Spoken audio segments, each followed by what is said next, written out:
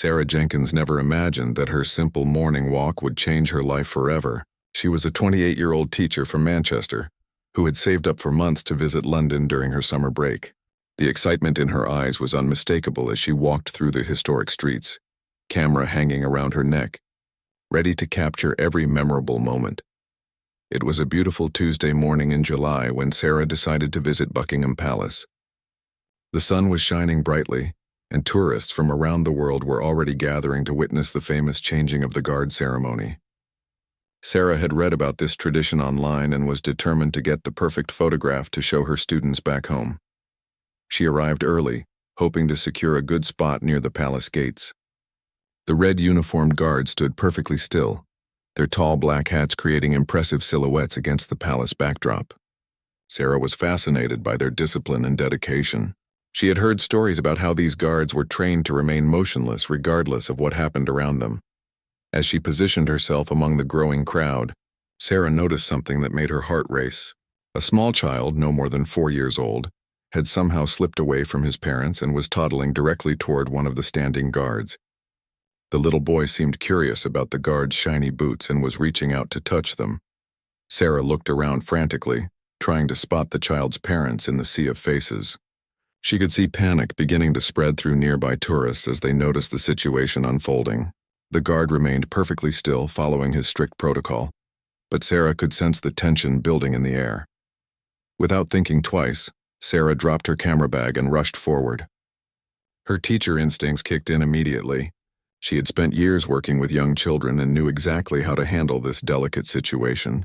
Her heart was pounding, but she moved with purpose and determination. The crowd began to murmur as they watched Sarah approach both the child and the guard. Some tourists started taking pictures, sensing that something unusual was about to happen. Sarah could feel dozens of eyes watching her every move, but her focus remained entirely on the little boy who was now just inches away from the guard's boots.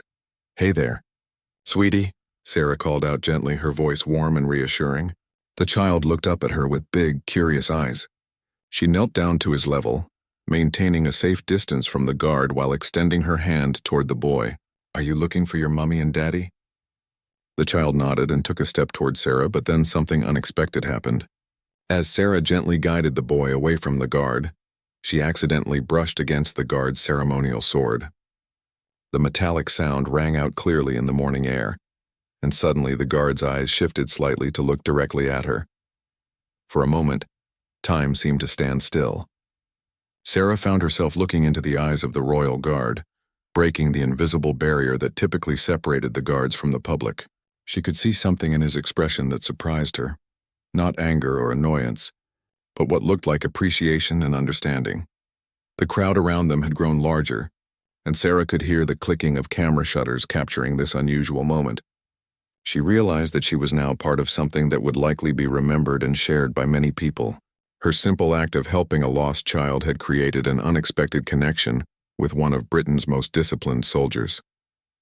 Just then, she heard frantic voices calling out. "Tommy, Tommy!" A young couple was pushing through the crowd, their faces filled with worry and relief. Sarah quickly recognized them as the child's parents and gently guided the little boy toward them. The reunion was emotional and heartwarming. The parents thanked Sarah repeatedly, their voices shaking with gratitude. The mother hugged her tightly while the father shook her hand vigorously. Other tourists began clapping, creating a spontaneous moment of celebration in front of the palace. But Sarah noticed that the guard was still watching her. Despite having returned to his rigid stance, there was something different about his posture. She could sense that this encounter had affected him too, even though he couldn't show it openly due to his duties. As the crowd began to disperse and normal activity resumed around the palace, Sarah picked up her camera bag and stepped back. She realized that she had just experienced something truly special, a moment of human connection that transcended the formal boundaries of royal protocol. Little did she know that this was only the beginning of an extraordinary story that would touch the hearts of people around the world and challenge her own understanding of duty, compassion, and the power of small acts of kindness. 3 hours had passed since the incident at Buckingham Palace, but Sarah couldn't shake the memory of that brief moment when the guard had looked directly at her. She had spent the rest of her morning exploring other parts of London, visiting Westminster Abbey and walking along the Thames, but her mind kept returning to those few seconds of unexpected connection. What Sarah didn't know was that her encounter had already begun spreading across social media. Several tourists had captured the moment on their phones, and one particular video was gaining attention rapidly. The footage showed Sarah's quick response to help the lost child and the subtle moment when the guard's eyes had met hers. Meanwhile, inside the palace grounds, Guard James Morrison was experiencing something he had never felt during his 3 years of service. James was a 26-year-old soldier from Edinburgh who had joined the Queen's Guard after serving in Afghanistan. He was known among his colleagues for his unwavering discipline and ability to remain completely motionless during his duties, regardless of weather conditions or tourist distractions. But something about Sarah's selfless act had stirred something deep within him. During his training, James had been taught to ignore all civilian interactions and maintain his ceremonial stance at all costs. However, when he saw Sarah rush to help that child without any thought for herself, he couldn't help but feel a profound respect for her character. As James completed his shift and returned to the guard quarters, his fellow soldiers noticed something different about him. "You seem unusually quiet today, Morrison," commented his friend and fellow guard, David Walsh. "Everything all right?" James struggled with how to explain what he had experienced. "There was this woman today," he began slowly. "She helped a lost child who had wandered too close to my position. There was something special about the way she handled the situation." David raised an eyebrow. "You know we're not supposed to let civilian interactions affect us, mate." "That's basic protocol." "I know," James replied, removing his ceremonial uniform. "But this was different. She didn't do it for attention or to test our discipline. She genuinely cared about that child's safety. When our eyes met for that brief moment, I could see her heart was pure." Unknown to James, Sarah was experiencing her own internal struggle. Back at her small hotel room in central London, she found herself searching online for information about the Royal Guards. She learned about their rigorous training, their dedication to duty, and the strict rules they must follow. The more she read, the more impressed she became with their commitment. "These men and women sacrifice so much," she murmured to herself while reading about the long hours and physical demands of the job. "They stand there protecting something bigger than themselves, and most people just see them as tourist attractions." Sarah's phone buzzed with a notification. Her sister Emma had sent her a link with the message, "Sarah, is this you?" "This video is going viral." Sarah clicked the link and gasped. There she was, captured in high definition, helping the little boy while the guard watched. The video had been shared thousands of times with captions like, "Tourist's kind act melts Royal Guard's heart," and "Beautiful moment of humanity at Buckingham Palace." Reading through the comments, Sarah was amazed by the positive response. People from around the world were praising her quick thinking and kindness.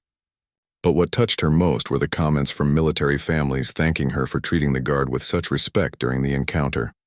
One comment particularly stood out. "My husband is a Royal Guard, and he says moments like these remind him why his service matters. Thank you for showing such compassion." That evening, Sarah made an unexpected decision. She walked back to Buckingham Palace, not as a tourist this time, but with a specific purpose. She had spent hours crafting a handwritten letter, something that felt more personal than an email or social media message. The letter was addressed simply to "the guard who showed kindness today." In it, Sarah expressed her admiration for the dedication she had witnessed and thanked him for his service to the country. She wrote about how the brief moment they shared had reminded her of the humanity that exists even within the most formal circumstances. Finding a palace security officer, Sarah explained her situation. "I know this is unusual," she said nervously, "but I witnessed something beautiful today involving one of your guards. I'd like to leave this letter hoping it might reach him somehow." The security officer, a kind-faced man in his 50s named Robert, smiled warmly. "Miss, in my 20 years here, I've seen many tourists try to get attention from our guards. But what you did today, that video is being talked about throughout the palace. I'll make sure your letter reaches the right person." As Sarah walked away from the palace that evening, she felt a sense of completion. She had no way of knowing whether her letter would actually reach the guard, but she felt it was important to try. Sometimes, she thought, the most meaningful connections happen in the briefest moments. Back in the guard quarters, James was about to experience another surprise that would deepen this unexpected story even further. The letter Sarah had written was making its way through official channels, and by morning, it would be sitting on James's bedside table, about to change both of their lives in ways neither could have imagined. James Morrison stared at the envelope on his bedside table in complete disbelief. His name was written clearly on the front, along with a note from Officer Robert explaining how the letter had come to him. With trembling hands, James carefully opened the envelope and began reading Sarah's heartfelt words. The letter was 3 pages long, written in neat handwriting that spoke of someone who took great care with her words. Sarah had shared her thoughts about duty, service, and the brief but meaningful moment they had shared. She wrote about her students back home and how she planned to tell them about the dedication she had witnessed from the Royal Guards. "I hope you know that your service matters," one line read. "In a world that often feels chaotic, there is something deeply comforting about knowing that people like you exist, individuals who stand firm in their commitment to something greater than themselves." James, read the letter 3 times before setting it down. No civilian had ever reached out to him personally during his years of service. The tourists who visited Buckingham Palace typically saw the guards as living statues, not as real people with feelings and stories of their own. That morning, as James prepared for his shift, he felt different. The letter had reminded him why he had chosen this path of service. Before joining the Queen's Guard, he had struggled to find direction in his life. The military had given him purpose, and this role had taught him discipline and honor. During his shift that day, James found himself scanning the crowd more carefully than usual, hoping to catch a glimpse of Sarah. He knew it was unlikely she would return, but the possibility gave him something to look forward to during the long hours of standing at attention. What James didn't know was that Sarah had indeed returned to the palace. She was standing in the crowd, watching the guards with new eyes. The letter she had written had helped her process her own emotions about the encounter, but seeing the guards again brought back the same sense of admiration she had felt the day before. Sarah had planned to leave London that afternoon, but something was keeping her there. She felt an unexplainable connection to this place and to the moment of humanity she had witnessed. Her hotel room was booked for one more night, and she found herself drawn back to the palace like a magnet. As she stood among the tourists, Sarah noticed things she had missed before. She saw the subtle ways the guards communicated with each other through nearly imperceptible signals. She observed their incredible focus and the respect they showed for their duties, even as crowds of people treated them like attractions at a theme park. A middle-aged American tourist standing next to Sarah was making jokes about the guards, pretending to march like them and encouraging his children to get as close as possible for photographs. Sarah felt a surge of protective instinct. "Excuse me," she said politely to the man. "These are real soldiers who have served their country. They deserve our respect, not our mockery." The man looked surprised by Sarah's intervention. "Lady, they're just standing there. It's not like they're doing anything important. They're protecting something that represents centuries of history and tradition," Sarah replied calmly. "These men and women have served in real combat zones. They've earned the right to be treated with dignity." Other tourists around them began listening to the conversation. Some nodded in agreement with Sarah, while others seemed to consider this perspective for the first time. A young woman from Canada spoke up. "She's right. My brother's in the military, and he says the discipline required for this kind of duty is incredible." From his position, James could hear parts of the conversation. He recognized Sarah's voice immediately, and his heart began racing. She had returned, and once again she was standing up for the guards without any expectation of recognition or reward. The American tourist, perhaps feeling embarrassed by the attention, gathered his family and moved to another area. The small crowd that had formed around Sarah began asking her questions about the guards and their role. Sarah found herself sharing what she had learned from her research the night before. "Each guard goes through months of intensive training," she explained to a group of fascinated listeners. "They learn to stand perfectly still for hours regardless of weather conditions. They've served in places like Afghanistan and Iraq before earning the honor of this ceremonial duty." An elderly British gentleman approached Sarah with tears in his eyes. "My grandson is training to become a guard," he said softly. "Thank you for helping people understand what this really means. Too often, people forget that these young men and women are heroes, not just tourist attractions." As the crowd around Sarah grew larger, James felt an overwhelming desire to break protocol. He wanted to acknowledge her presence, to somehow let her know that her words were being heard and appreciated. But his training held firm, and he remained motionless in his position. However, something extraordinary happened next. As Sarah concluded her impromptu education session about the guards, she looked directly toward James's position. Their eyes met for the second time, and this time the connection felt even stronger. In that moment, James made a decision that would surprise everyone, including himself. While maintaining his rigid posture, he performed the slightest, almost imperceptible nod. A gesture so subtle that only Sarah, who was looking directly at him, would notice it. Sarah's eyes widened as she realized what had just happened. The guard had acknowledged her presence and her words. It was a tiny gesture that carried enormous meaning, a bridge between two worlds that rarely intersected. The crowd around Sarah began to disperse, but she remained standing there, processing what had just occurred. She understood that the guard had taken a risk by acknowledging her, even in such a small way. It was a gesture of trust and appreciation that touched her deeply. As Sarah finally turned to leave, she had no idea that their story was about to take another unexpected turn. The security cameras had captured their second exchange, and by evening, palace officials would be reviewing footage of both encounters, leading to a decision that would change everything for both Sarah and James. Commander Patricia Hayes had been overseeing palace security for 15 years, and she had seen every type of interaction between guards and civilians imaginable. But when she reviewed the security footage from the past 2 days, she witnessed something that made her pause and reconsider everything she thought she knew about protocol and human connection. The first video showed Sarah's quick response to help, the lost child in the brief moment when Guard Morrison's eyes had met hers. The second showed Sarah defending the guard's honor to a crowd of tourists, and Morrison's subtle acknowledgement of her support. Commander Hayes watched both clips multiple times, studying every detail. "This is highly irregular," she murmured to herself as she made notes. According to strict palace protocol, guards were forbidden from acknowledging civilians in any way during their ceremonial duties. Morrison had clearly violated this rule, albeit in the smallest possible manner. However, Commander Hayes was not just a stickler for rules. She was also someone who understood the human element of military service.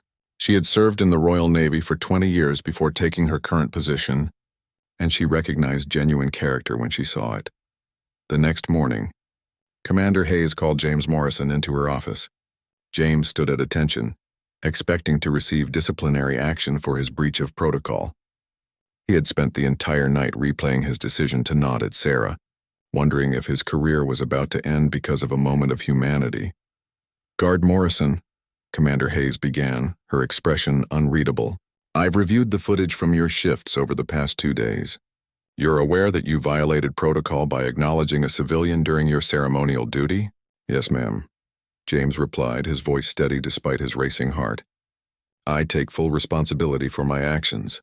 Commander Hayes studied him carefully. "Tell me why you did it." James took a deep breath. He had prepared for this moment, knowing he would need to explain his actions honestly. "Ma'am, this civilian showed extraordinary kindness and respect, not just once, but twice. When she helped that child, she acted without any thought for herself. When she defended our honor to other tourists, she did so with genuine respect and understanding of what our service means." "And you felt this justified breaking protocol?" Commander Hayes asked.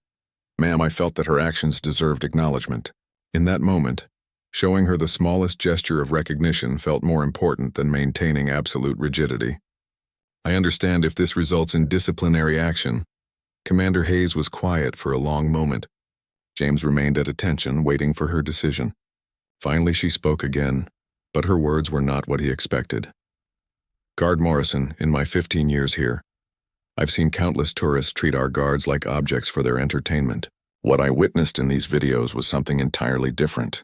This woman treated you and your fellow guards with the dignity and respect you deserve." James blinked. Surprised by the direction of the conversation, Commander Hayes continued, "Your acknowledgement of her respect was minimal and appropriate. However, I need you to understand that we cannot make exceptions to protocol, regardless of the circumstances. This cannot happen again." "Yes, ma'am. I understand completely." "Good. Now there's something else we need to discuss." Commander Hayes pulled out a folder from her desk. This woman, Sarah Jenkins, has become something of an internet sensation. The videos of both your encounters have been shared millions of times worldwide. The palace has received hundreds of messages praising both her actions and your professionalism. James felt his stomach flip. He had no idea that their encounters had gained such widespread attention. Furthermore, Commander Hayes continued, we've received a request from the BBC for an interview about the positive interactions between palace guards and respectful visitors. They specifically want to include Miss Jenkins and you in this segment. Ma'am, James wasn't sure he had heard correctly.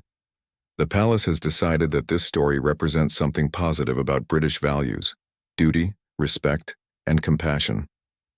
With your permission, we would like you to participate in this interview, along with Miss Jenkins if she agrees.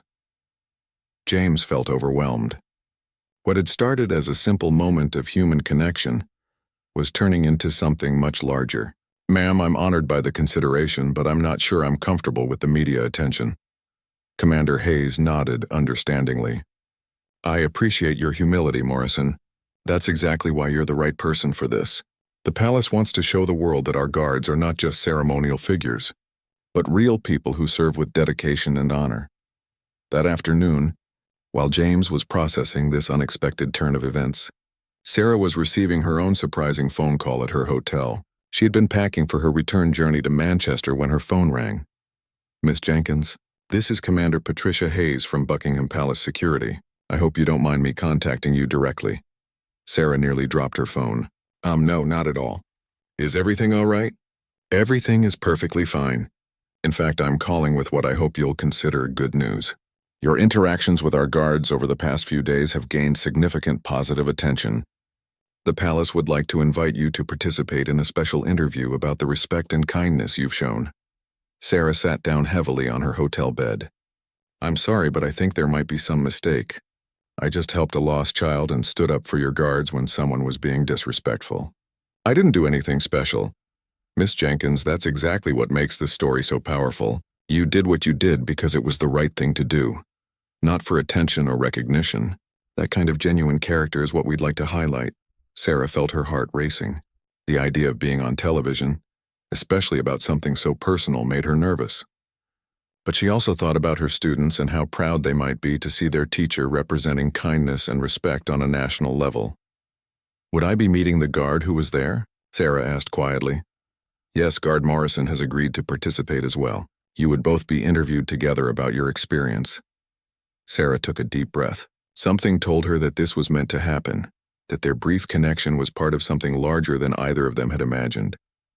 All right, she said finally. I'll do it. Neither Sarah nor James knew it yet, but their story was about to touch millions of hearts around the world and inspire countless acts of kindness and respect. What had begun as a simple moment of human decency was about to become a symbol of hope in an often divided world. The BBC studios in London felt surprisingly intimate despite their grand reputation. Sarah arrived 30 minutes early, her hands slightly trembling as she checked in with the receptionist. She had spent the previous evening researching proper interview etiquette and had carefully chosen a simple, navy blue dress that she hoped would appear respectful and professional on. Camera James Morrison arrived shortly after Sarah, dressed in his civilian clothes, a neat button-down shirt and dark trousers. For the first time, Sarah saw him as a regular person rather than the stoic figure in the red uniform. He looked younger than she had imagined, with kind eyes and a gentle demeanor that immediately put her at ease. Miss Jenkins? James approached her in the waiting area, extending his hand. I'm James Morrison. I wanted to thank you personally for everything you did. Sarah shook his hand warmly. Please call me Sarah, and I should be thanking you. Your service and dedication are truly inspiring. As they sat together waiting for their interview, they discovered an easy conversational flow that surprised them both. James told Sarah about his military background and his decision to join the Queen's Guard. Sarah shared stories about her teaching career and her students' excitement when they learned about her unexpected fame. I still can't believe this is happening, Sarah admitted. 2 weeks ago, I was just a teacher from Manchester planning a quiet holiday in London. 2 weeks ago, I was just doing my job, trying to honor my duties, James replied. Funny how life can change in an instant. Producer Emma Richardson approached them with a warm smile. Sarah, James, thank you both for being here. I want you to know that this story has already touched so many people.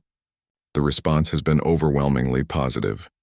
She explained the format of the interview and introduced them to the host, David Chen, a well-known journalist known for his thoughtful approach to human interest stories. David spent a few minutes chatting with them off camera, helping them feel comfortable and explaining that the interview would focus on the positive aspects of their encounter. As the cameras began rolling, David opened with the story's background, showing clips of the viral videos that had brought Sarah and James to national attention. Watching themselves on the large studio monitors felt surreal to both of them. "Sarah," David began, "take us back to that morning. What was going through your mind when you saw the child approaching the guard?" Sarah took a breath, remembering that morning with crystal clarity. "I just saw a little boy who needed help. As a teacher, my instinct is always to protect children. I didn't really think about the guard or protocol or anything like that. I just knew that child needed to get back to his parents safely." "And James," David turned to him, "what was your experience during that moment?" James chose his words carefully. "As guards, we're trained to maintain our position regardless of what happens around us.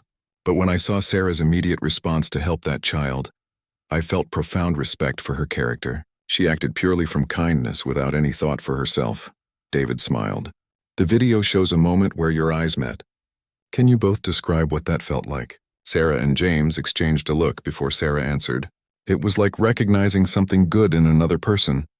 Even though we were strangers, there was this moment of understanding. For me," James added, "it was seeing someone who truly understood the importance of service and putting others first. That's not something you encounter every day."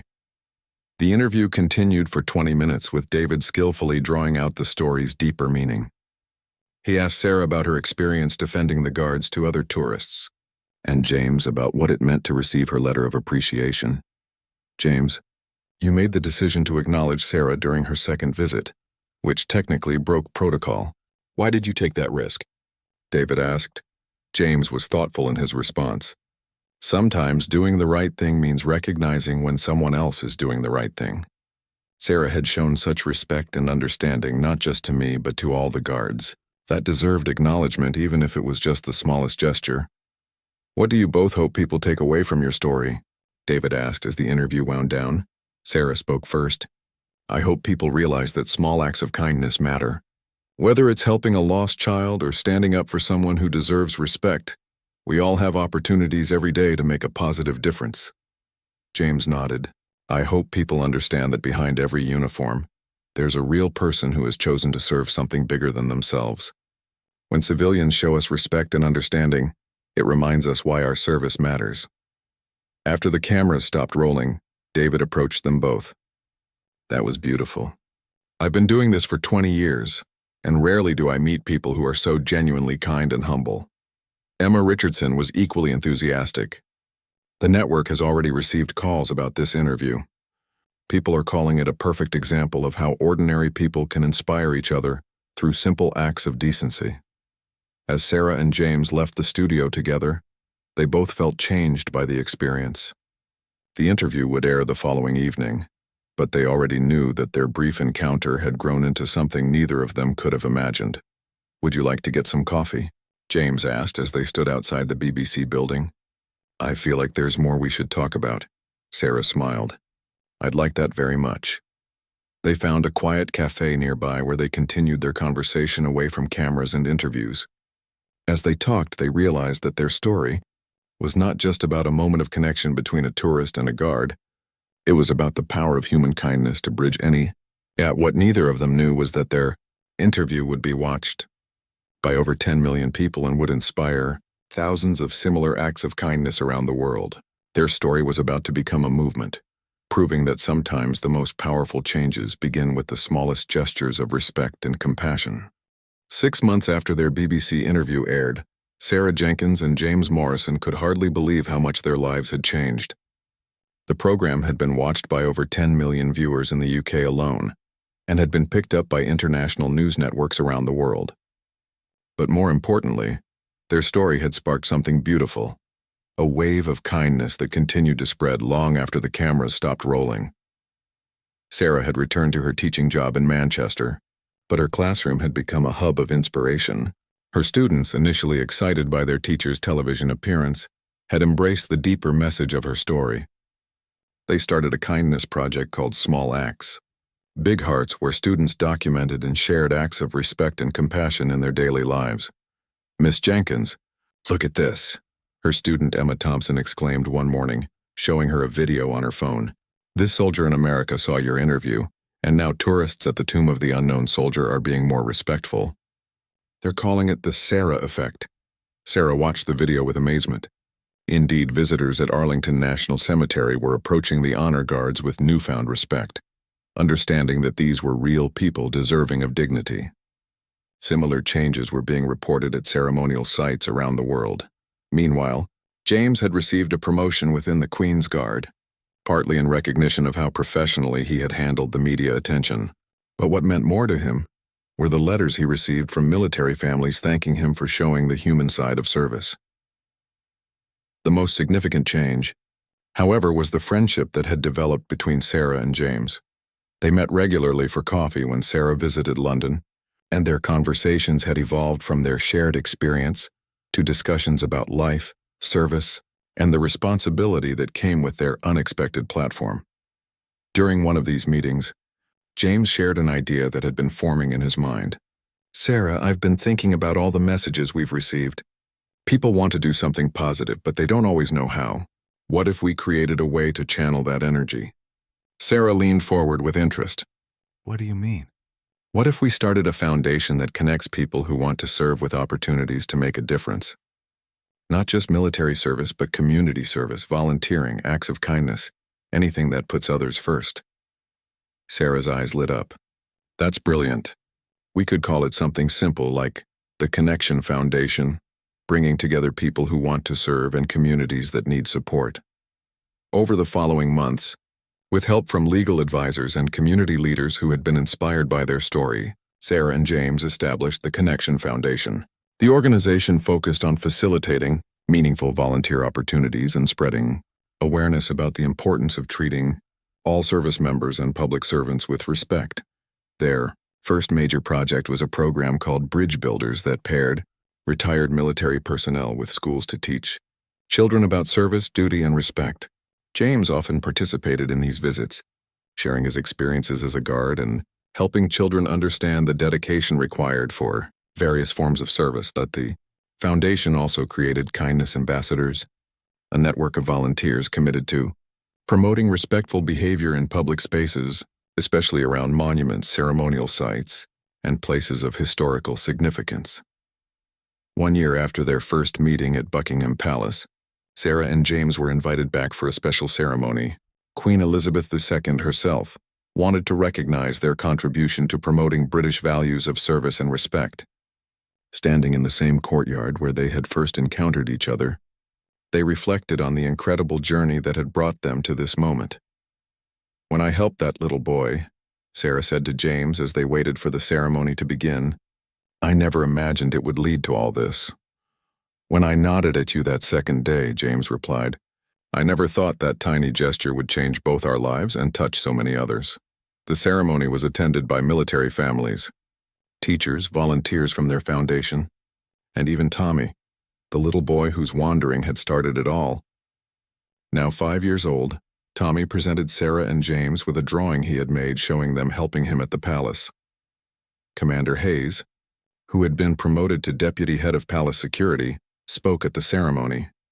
"What Sarah and James have shown us is that the most powerful changes often begin with the smallest acts of kindness. Their story reminds us that respect, compassion, and service are not just words. They are actions that can transform communities and inspire nations." As the ceremony concluded and the crowd began to disperse, Sarah and James stood together in the courtyard, watching families interact respectfully with the guards on duty. Children were maintaining proper distances while their parents explained the importance of the guard's service. "Look at that." James pointed to a group of tourists who were quietly observing the guards, speaking in hushed, respectful tones. "This is what we hoped for." Sarah smiled, watching a young girl wave politely at one of the guards from a respectful distance. The guard, while maintaining his position, gave the slightest, most professional nod, a gesture of acknowledgement that stayed within protocol while honoring the child's respectful behavior. The Connection Foundation continued to grow, eventually establishing chapters in 12 countries. Sarah took a sabbatical from teaching to work full-time on the organization, while James remained with the Queen's Guard but dedicated his off-duty time to the Foundation's mission. Their story had become more than just a viral video or a heartwarming news segment. It had become proof that ordinary people could create extraordinary change through simple acts of kindness and respect. Every day they received messages from around the world about small gestures that had made big differences. Teachers being thanked, service members being honored, strangers helping strangers. 2 years later, as Sarah and James sat in their Foundation's London office, reviewing applications from potential volunteers, they marveled at how far their mission had spread. The walls were covered with thank you letters, photos from volunteer events, and newspaper clippings from around the world documenting acts of kindness inspired by their story. "Sarah, look at this application," James said, holding up a form. "It's from a retired teacher in Australia who wants to start a respect education program for tourists visiting war memorials." Sarah read over the application with a smile. "And this one is from a group of college students in Canada who want to create kindness patrol teams to help lost children at public events." Their phone rang, and Sarah answered to find an excited voice on the other end. It was Emma Thompson, her former student who is now studying journalism at university. "Miss Jenkins, you'll never believe this. I'm doing my final project on the long-term impact of viral stories, and I've been tracking the effects of your story for 3 years. Do you know that there have been over 50,000 documented acts of kindness directly attributed to people seeing your interview?" Sarah felt tears welling up in her eyes. "Emma, that's incredible. But here's the best part," Emma continued. "I interviewed Tommy's parents. You know, the little boy from the palace. They said that day changed their family's entire approach to teaching their children about respect and service. Tommy is now 8 and volunteers at a local charity that helps military families." After hanging up, Sarah shared the news with James. They sat quietly for a moment, processing the magnitude of what had grown from such a simple beginning. "Do you ever wonder what would have happened if I hadn't helped Tommy that day?" Sarah asked. James considered the question carefully. "I think somehow, someway, your kindness would have found a way to touch people's lives. That's just who you are, Sarah. The palace was just the stage where the world got to see it." Their reflection was interrupted by a knock on the office door. Commander Hayes entered, now retired but serving as an advisor to the Foundation. "I have news," she announced with a grin. "The palace has approved our proposal for the annual Service and Kindness Day. Next month, Buckingham Palace will host its first public event specifically dedicated to honoring both military service and civilian kindness." Sarah and James exchanged excited looks. They had proposed this event as a way to bring together military families, volunteers, and community members for a celebration of service in all its forms. "There's more," Commander Hayes continued. "They want you both to speak at the event, and they're planning to unveil a small plaque in the courtyard commemorating the importance of civilian-military respect and understanding." As the day of the Service and Kindness Day event arrived, Sarah found herself standing once again in the Buckingham Palace courtyard, but this time addressing an audience of over 500 people. Military families sat alongside school groups, volunteers mixed with tourists, and people from dozens of countries had traveled to attend. 3 years ago, Sarah began her speech, "I was just a teacher on holiday who saw a child who needed help. I never imagined that moment would lead to this incredible gathering of people who believe in the power of kindness and respect." She looked out at the crowd and saw faces of all ages, united by a shared commitment to treating others with dignity and compassion. James spoke next, his voice carrying the confidence he had gained.